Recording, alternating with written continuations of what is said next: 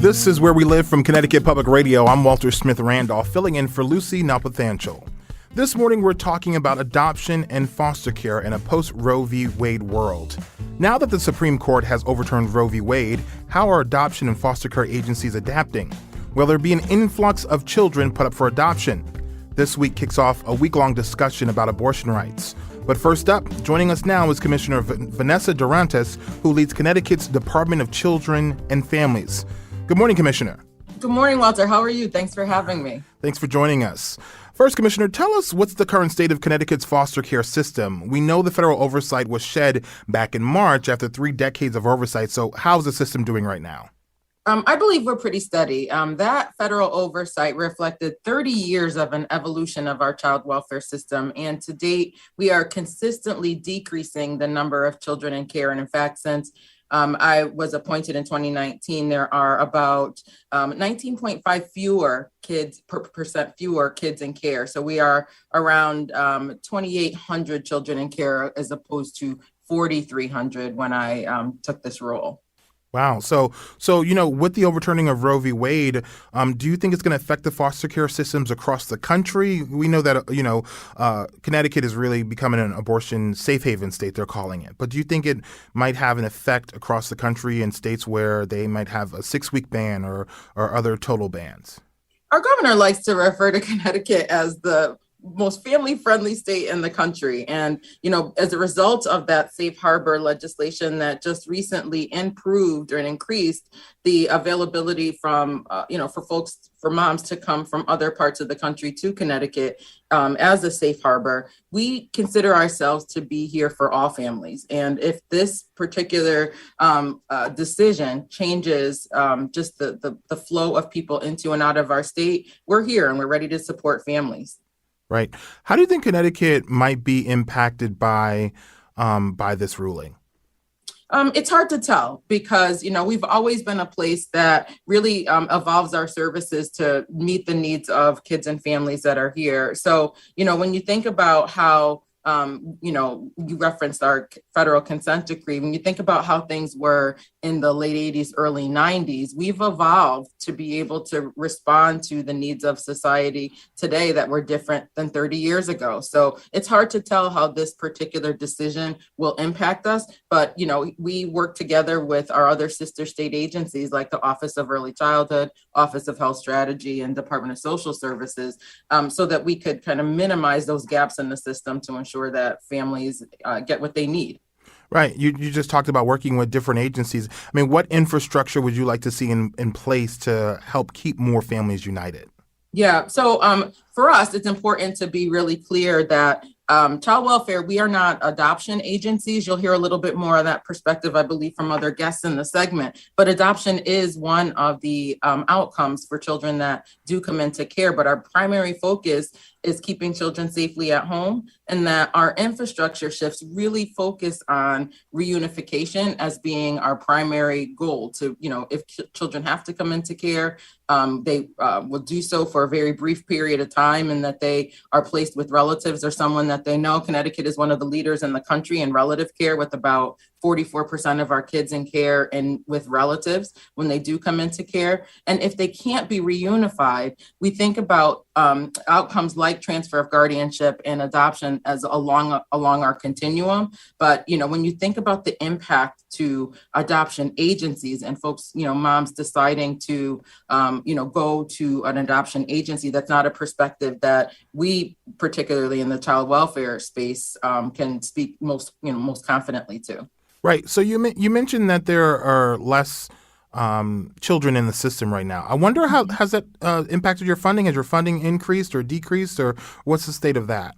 Our legislature and our Office of Policy and Management, led by the governor, have been super supportive of our resources because we know with fewer kids in care, there has to be the requisite services and community. And a lot of those services come through the department. So, we've had a pretty steady budget and we have the commitment that, as long as resources are available, we'll continue to be resourced. But as you think about those shifts and how we service families, they probably are best served within their own communities. So every jurisdiction across the country had to submit a prevention plan under the Family First Services and Prevention Act of 2018. So Connecticut's was just approved a few months ago. And in it, we have what's called the community pathway way of receiving services. And all that means is we've had to identify what are those factors that might make a child more likely to be a candidate for foster care or coming into our care. We want to reduce that. So we want to be able to reimburse. The federal government has says we'll reimburse states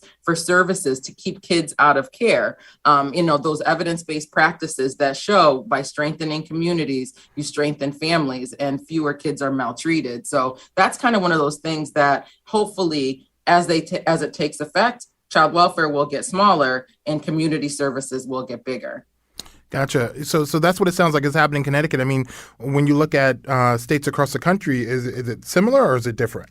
Very different. I'm very fortunate to have a legislature and an executive and a judicial branch that are pretty much in synergy with each other. In other parts of the country, it's not like that. I have regular conversations with colleagues across the country. I just recently returned from a convention with the Child Welfare League of America and another one with the American Public Health Association, which kind of pulls those other leaders across other jurisdictions together to really talk about human services. And you see variability from state to state based on the structure of either their legislature or which, kind of way they lean. Connecticut is very fortunate to have three branches of government that seem to be working really well together. That seems to be very, very, very unique. Oftentimes in media, you see foster care systems just, being portrayed as being in disarray and having all types of issues. But it seems that here in Connecticut that you've been able to shed that image. Thank you, Walter. And, I'm a lifelong worker within the department. I started my career at the beginning of that consent decree that you referenced. And it's pretty much come full circle now that I am at the helm. And I've seen our department go up and down. I've seen, people working really hard with limited resources. And now we're at the point at which, things are falling into place. And by no means are we a perfect system, but we partner very well with our other stakeholder groups for the benefit of families. How we measure our outcomes, we should be held to very high standards. We should be held accountable.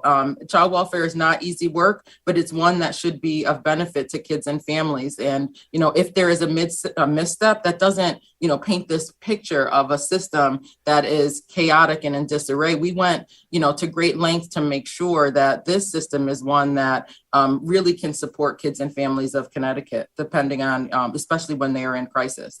And I'm sure there's always a need for more social workers, but what I want to ask is over, these decades that you've been working in the system, have you seen more people coming into the field or less people? Because, we know that adoption agencies, on the other hand, we've seen a number of them close because there's been I guess a lack of need for them, really. But are you seeing more social workers coming into the field, or are you seeing less? Mm-hmm. So there's definitely a workforce issue in human services in general, social work being, a piece of that. I used to also be an adjunct professor for over a decade with one of our state universities over at Central in their social work department. And you see the evolution of interest in our field. One of the things that we are starting to do now is be more targeted in our recruitment efforts. So just recently, we finished a pilot with the UConn School of Social Work that identified Spanish-speaking social work students at the bachelor's level. We have,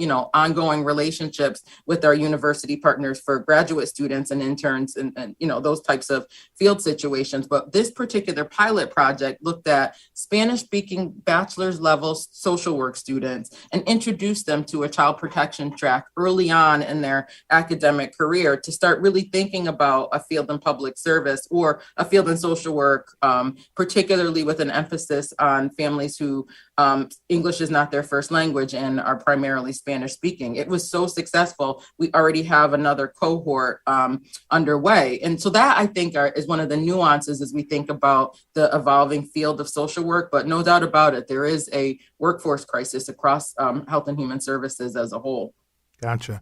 Any final thoughts on how Roe v. Wade might affect foster care systems across the country? I just want to make sure that people know that if you focus on family and focus on a mom's ability to make choices about her family. You know, when you think about in many situations, if a mom chooses to seek abortion care, many times there's already younger children already at home, and adding another child to that mix might, you know, make a struggling family fall into a child welfare system. We have to be ready to support all families. And in Connecticut, we do that. And I think we do it really well. So I appreciate the interest and focus on all of this. And I also would be remiss, Walter, if I didn't indicate that Connecticut is also a safe haven state, which means that if a mom delivers a baby 31 days or younger, the child can be dropped off at a hospital, no questions asked, if there is a concern or a scare or a fear. That prevented children from being left in unsafe situations when they deliver. So since its inception in 2001, 49 infants have come to the attention of the department through the Safe Havens Act and have been saved from an outcome like that. So along with attention to family services here in Connecticut, along with being a state that focuses on a woman's right to choose and having access to abortion health care, we are also a Safe Haven Act. If a mom delivers a baby and within the first 30 days decides that they are afraid or don't know what to do, we're a Safe Haven Act and that child can be dropped off at a hospital. So thank you so much for having me on this morning. And we continue to want to be a partner in this discussion. Right. So Connecticut is both a safe haven and a safe harbor state. You got it. There we go. Thank you so much for joining us, Commissioner. Thank you for having me. From Connecticut Public Radio, this is Where We Live. I'm Walter Smith Randolph, sitting in for Lucy Nalpathanchel. Coming up after the break, you'll hear from the director of the Center for Child Welfare and Adoption Studies at Illinois State University and the CEO of a pro-choice and LGBTQ adoption agency. They both will give their take on the trends they think we'll see following the overturning of Roe v. Wade. You can join the conversation. Find us on Facebook and Twitter at Where We Live.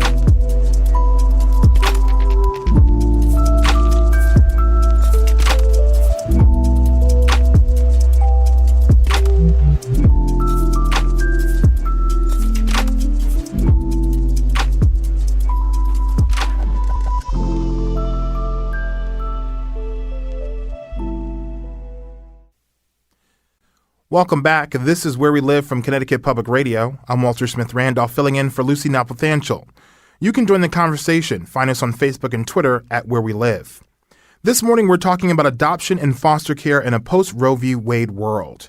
Will we see an influx of children put up for adoption?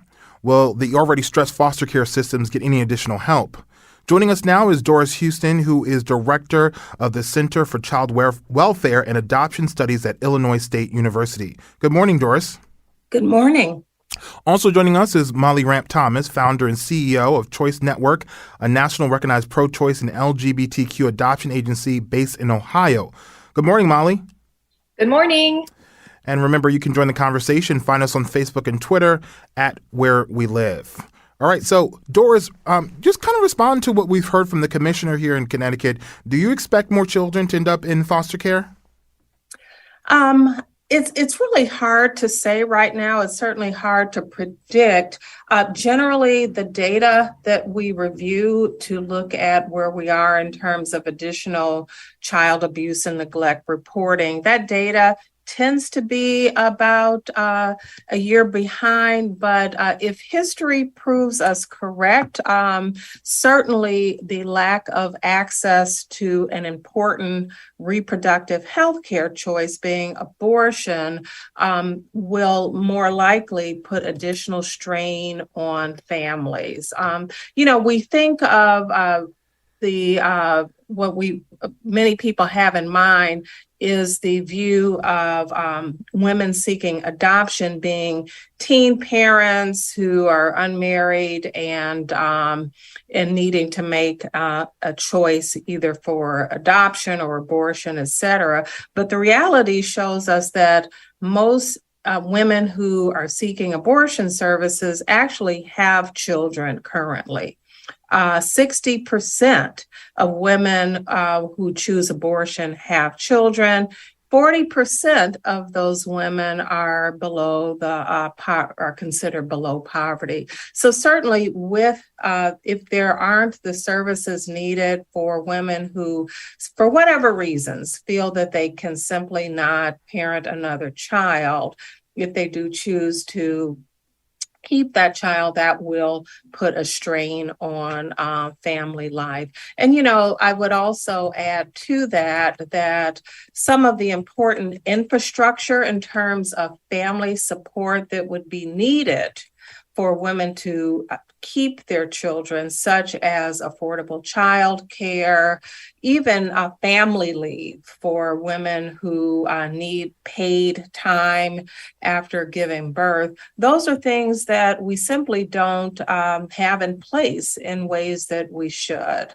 So with that mix, particularly coming out of COVID, where families are already under stress and strain, it wouldn't be surprising, unfortunately, to have more children being introduced into the child welfare system. And as the commissioner mentioned earlier, even when every child that is where we have a report of abuse and neglect, that does not automatically result in a foster care arrangement. The goal would be to try to then put in protective services whenever possible to keep the child in the home with additional resources. However, that does not always happen. So this year, and I would say 2021, due to the additional stressors of COVID, and now 2022 because of more restrictive laws regarding abortion across our country in various states, really are a mix of societal concerns that could certainly lead to more child welfare and foster care involvement. And maybe even inflation and the cost of living, because it sounds like you're saying that there are more families when they already have children and they might have another child. They might have to put that child into the system. So maybe like even inflation or cost of living, does that impact it as well? Oh, absolutely. Absolutely. Families are struggling. You'll hear and see that our food banks across the country are just overwhelmed with the number of families who are experiencing severe food crises, food shortages, et cetera. Communities, you hear of the term food deserts, particularly in low-income areas. And so it's really not a good mix. All of those are part of the important factors that women and men, we don't want to forget about fathers in this discussion, because whether a child is parented with their birth families or if an adoption plan is made, fathers actually have to be a part of that decision making too. So again, it's really a difficult time and a difficult mix to reduce women's choices and parents' choices in terms of their reproductive health care. Right. And so, Doris, according to the National Council for Adoption, there was a 17% drop in adoptions from 2007 to 2014. It went from, looks like 133,000 to about 110,000. That's the latest data I could find. I'm sure you have more current data, but, why do you think we saw that drop? Well, again, when women have the opportunity to use contraceptives or contraception, sorry about that. There's certainly more options now for pregnancy prevention. Also, over the years, even going back further from the mid-1970s and really starting in the 1980s, society really looks upon single parenthood or women parenting children if they are unmarried. Our social norms and mores, if you will, have changed over the years. So there's really not that same stigma that we might have seen in past years. So just the social norms, increased access to contraception and contraceptive care, forgive me for that, But those are some of the reasons why we will see fewer adoptions. And then also, if we could add into that extended family members stepping up, we see more fathers who are comfortable or making the decision to become single parents if mom cannot adequately care for the child. Or so there might be a co-parenting situation, or also or the father having full custody. That's much more prevalent than we would have seen in years past. Yeah, from a personal perspective, I got to say that kind of resonates with me because I'm seeing several of my friends who are in their mid to late 30s who are choosing to be single mothers. They might be going the IVF route or other routes as well. So I guess social norms really have a big impact on it. Sure. So again, we don't want to take away from really the importance of both options, being whether that's adoption or whether that is abortion care. So those are options that women in our country have had, and it's really part of the ability for women to have agency over their lives and make informed decisions to be able to fit their needs and fit their families' needs. Gotcha. Thank you. Well, Molly, can you explain to us how your adoption agency works? Yes, I would be happy to. And I'm going to be packing my bags and heading to Connecticut after this. So Okay. moving my family. Okay. But so you're based in Ohio, but you say you're going to visit? No, I'm kidding. I'm saying right. I need to get out of Ohio. Choice Network, we partner nationwide with independent abortion clinics and Planned Parenthood, first offering deep all options counseling. And then when a person chooses to make an adoption plan, we create plans that center them. Locally in Connecticut, we're partnered with the Hartford GYN Center, which is part of the Women's Centers, and it's an awesome abortion clinic there for you guys in Hartford, Connecticut. Molly, why is adoption so hard to do? There seems to be a lot of costs associated with adoption and long wait lists.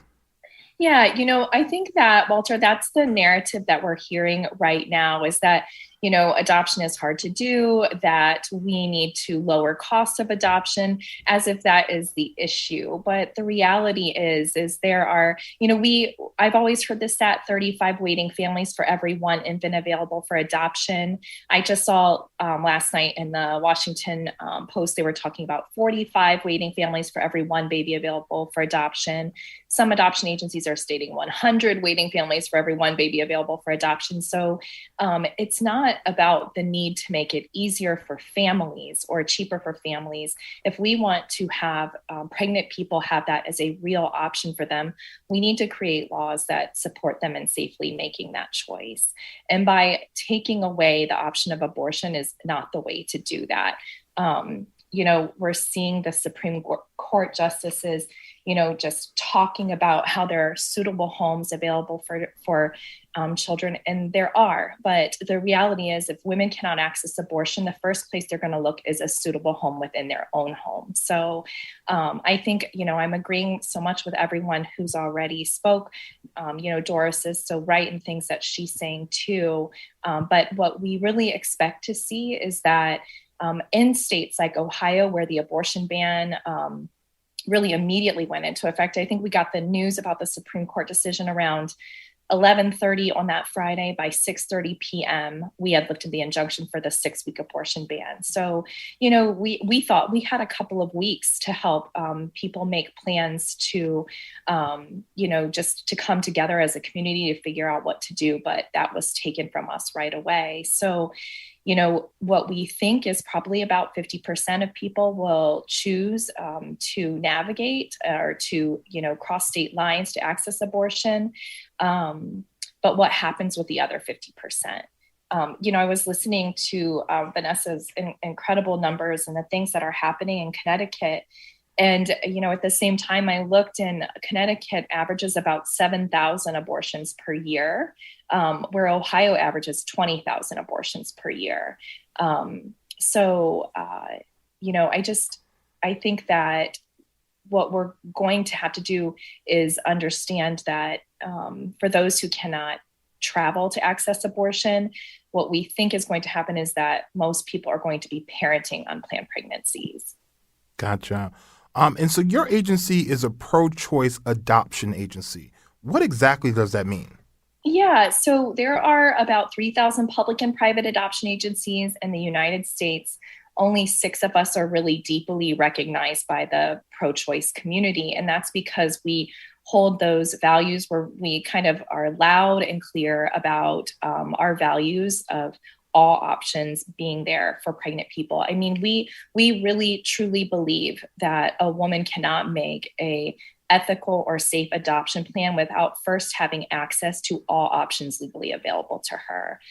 So it's just, in these moments, especially, we're digging in really deep to those values. We are working nationwide and locally here in Ohio with funds and providers, patient navigation services to figure out how to help continue to have the people who turn to us be able to access abortion. We have a parenting program called FAB. That program, we're looking to really increase partnerships and invest resources into that to really offer community and resources to those who turn to us who want to parent their child. And then again, just continuing to do our adoption work.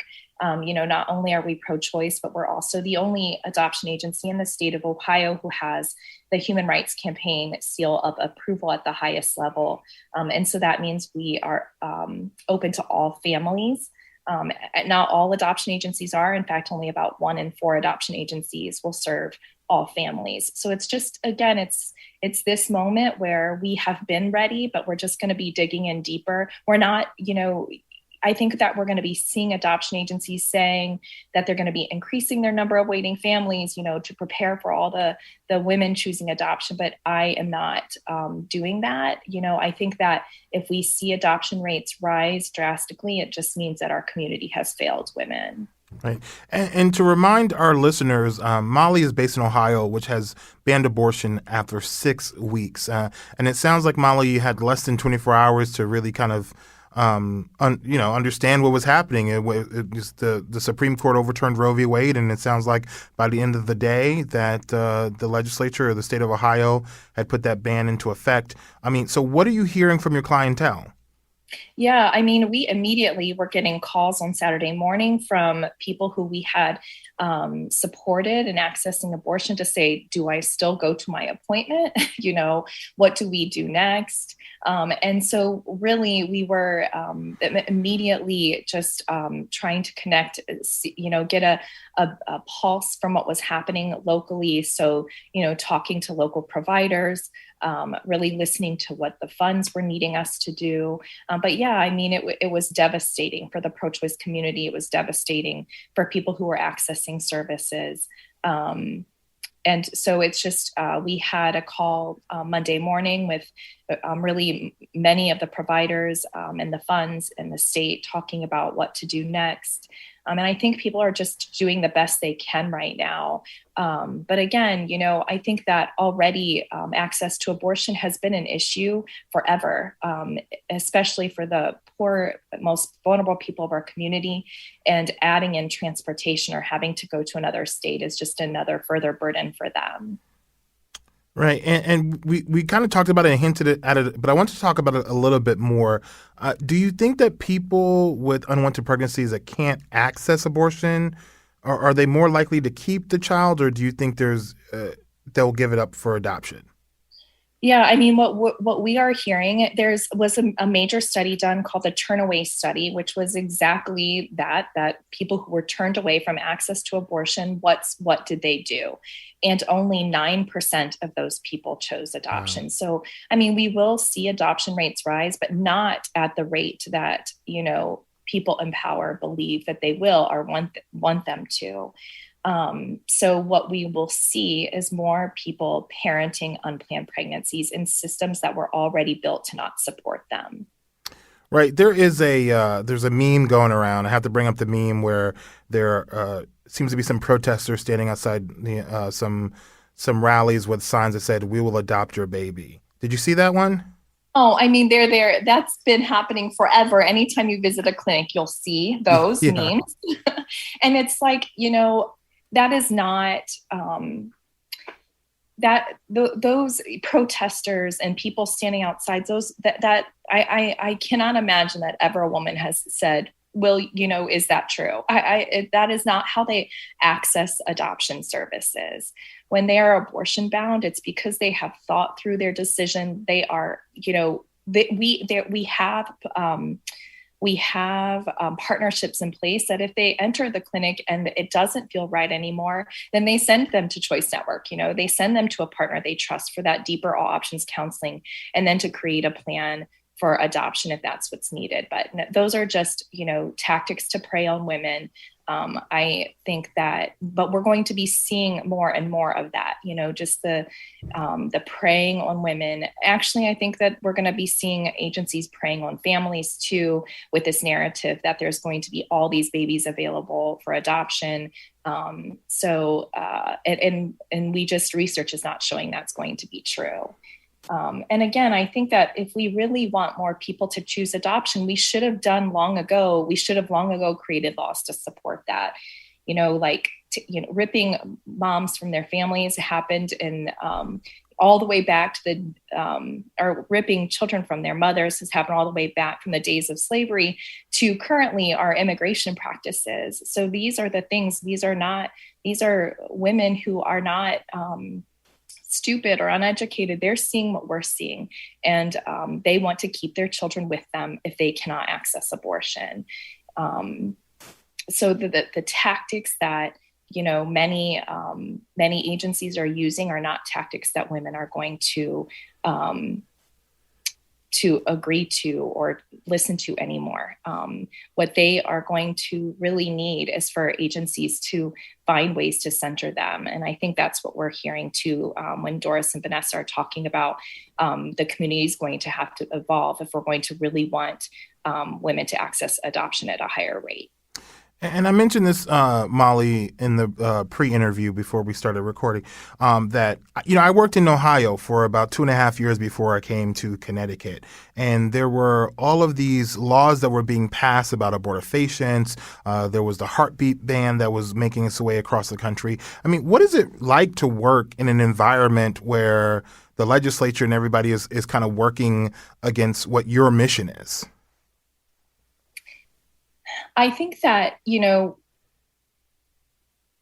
doing adoption work is not, it's work that I am proud of because we do it in partnership with the pro-choice movement, because I really believe that adoption done in this way is the only way. But, it's not easy. I think that, there are such great people, though, locally in Ohio that have dedicated their lives to this. So I think it's just really, turning to those partnerships, turning to those people. We do have some really great people in legislature here in Ohio. So they're, digging in deep with them. But yeah, I mean, Ohio is not alone in this. There are other states that were immediately impacted. And you're just seeing, I think the community coming together at a deeper rate and trying to figure out what to do next. But yeah, Ohio, one of my closest friends now, they and a board member of Choice Network, they actually moved to Vermont because they are a gay couple raising 2 children, and including a daughter, and they know that Ohio is not going to be safe for them. Wow. Molly, so it sounds like there will not be this huge surge in adoption that everyone is kind of talking about, but it seems like there might be an uptick. Are you adding in any special counseling, or is there anything that you're doing to prepare for that uptick? The uptick in adoption, I mean, that will always be able to be, that's an easy fix for us. We have a small wait list of waiting families. We can always increase that if needed. But as of right now, all we are doing is digging in deeper to that abortion counseling work, that navigation services, reaching out to funds, and then also increasing and investing in our resources for our parenting fund. But absolutely, for those choosing adoption, we'll just continue to do adoption the beautiful way that we do, in partnership with the families that find us. But we will be ready. I don't want people to believe like that they can't turn to us for adoption, especially pregnant people. Adoptive families already know that, but especially pregnant people, I want them to know that they can still access that service through us, but it will not be in a way that is pressured or, coerced in any way, but that it is a true choice for them. And Molly, what do you think about foster care? Do you think that's going to rise a little or a lot? It's absolutely going to rise a lot. I mean, again, I think Connecticut is such a beautiful example. It was so great to listen to the commissioner telling the numbers of kids in care, the numbers of those that are being reunified, and their, support for kinship placement. That is happening in Ohio. I mean, Ohio is, they work to reunify moms and their children. They also do have a ton of resources in kinship care. We have locally about 16,000 kids in care, with 3,000 legally available for adoption. But again, our abortion rates are much higher than those in Connecticut. So I think locally the numbers will rise. I think, nationwide the numbers will rise too. I mean, the women, when people choose adoption, they're choosing them for the same reasons that they would enter the system. Mm-hmm. So, it's lack of resources, it's lack of community, and resources are like, I saw a stat that women who choose adoption make about $5,000 annually in their home. That they have Medicaid, so they're having, their health care is not great. They have lack education, lack community, lack stable housing. Those are all of those things that can get them connected to children's services. So, if we want to see moms being able to keep their kids, we're going to have to really invest in families and keeping families together. And I just, I can't help but believe that there's no way that's going to happen. I mean, it hasn't been happening. So at least not in Ohio. We were hearing that Ohio had a reserve of money of like $7.5 billion. If that's true, why hasn't it been used? We have families in need today. So I just, I really fear a pre-Roe adoption world, and I fear a pre-Roe foster care world as too. Okay. All right. So Doris is going to stick around for another segment. But Molly, any final thoughts on how you're going to have to operate and what the adoption world is going to look like in this post-Roe v. Wade world? Yeah, I think that, again, if we wanted more pregnant people to access adoption, we should be creating laws that support them in safely doing so. I really encourage other adoption agencies to understand that taking away access to abortion is not a way to create safe and stable homes. And I just, I hope that we can begin to remove the divide between us. And I think by doing so would be just to continue to give resources to moms who are wanting to parent their children, and continuing for those who are in the fight to help women access abortion services. And then for that small percentage of those choosing adoption, that again, we're creating laws that help them safely be able to do so. Molly, thank you so much for joining us. Thank you. From Connecticut Public Radio, this is Where We Live. I'm Walter Smith Randolph, filling in for Lucy Nalpathanchel. Thanks so much to Molly for joining us, and Doris is going to stick around for another segment when we come back. Remember, you can join the conversation. Find us on Facebook and Twitter at Where We Live.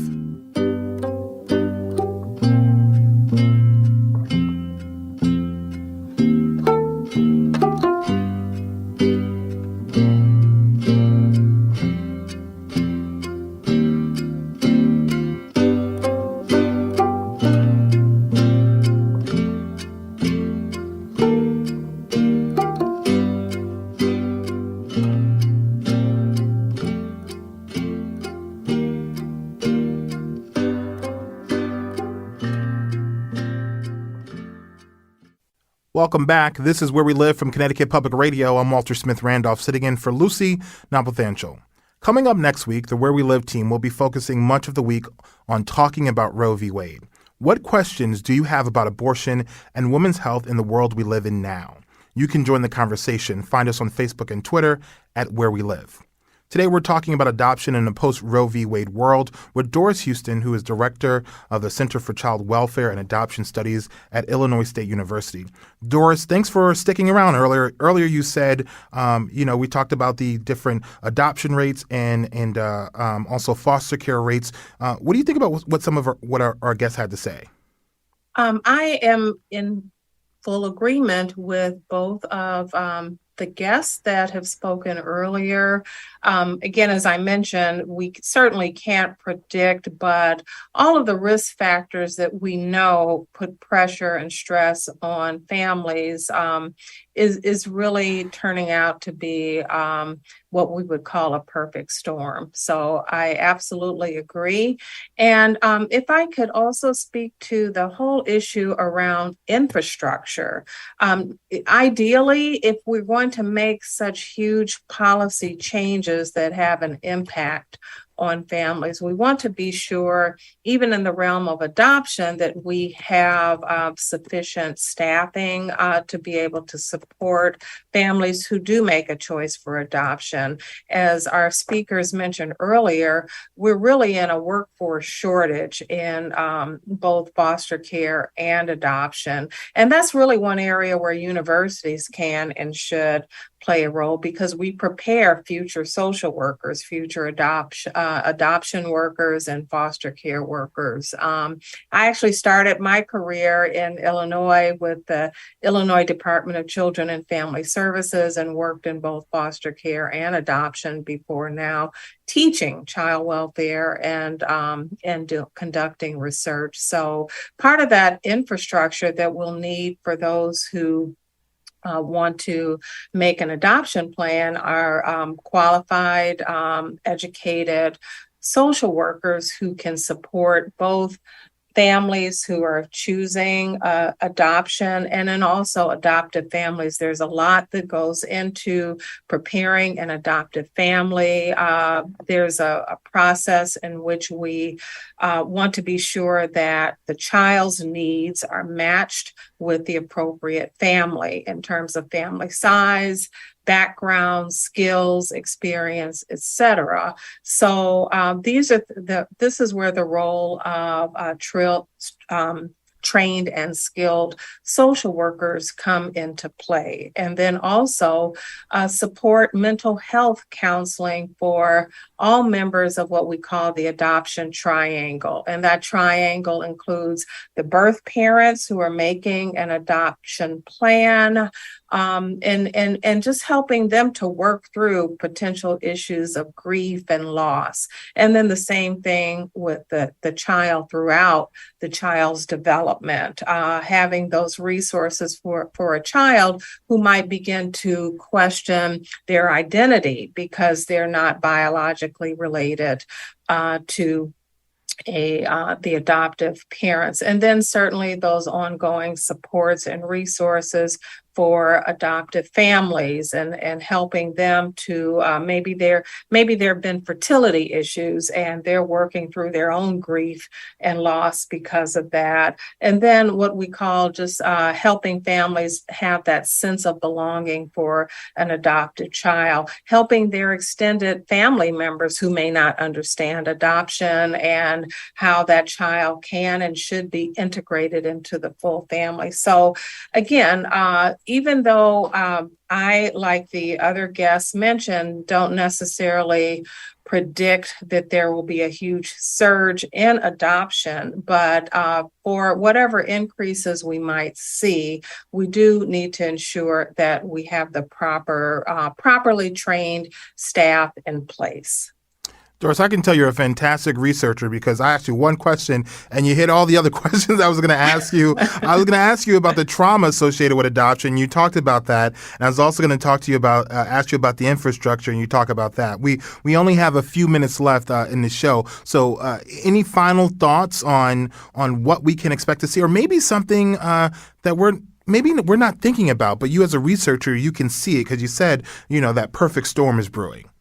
Sure. The one area that it's important for us to keep in mind, too, is the intersectionality with race and ethnicity and low-income families. So in the foster care population, which, again, is connected to adoption as well, nationwide, about 40%, a little more, of children in the foster care system are Black and brown children. And so oftentimes these are because of those demographics and families of color are overrepresented, we want to ensure that we have adequate culturally responsive resources for those families.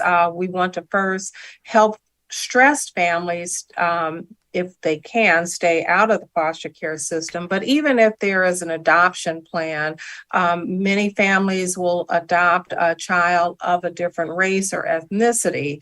And so preparing those families to be able to adequately parent a child, and the realities that we live in a society where race and racism are unfortunate realities, and we can't gloss that over. So as families become stressed, whether they're low income as well as families of color, we again have to look at what we're doing to support those families, and those that do make a plan for adoption, or those where a child has to go into foster care because they're not safe in their home. We want to make sure that we have the adequate staff and training to be able to support those families. Finally, I would say the other real concern is the whole issue of privately arranged adoptions.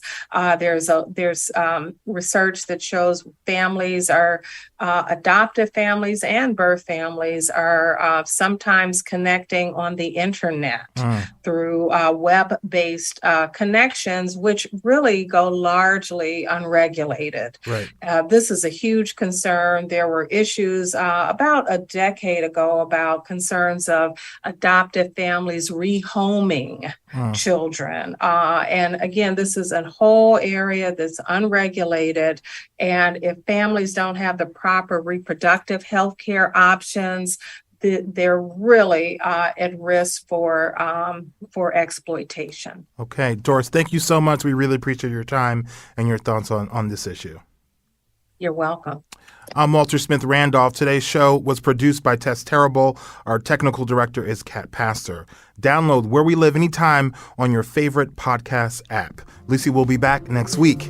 Thanks so much for listening.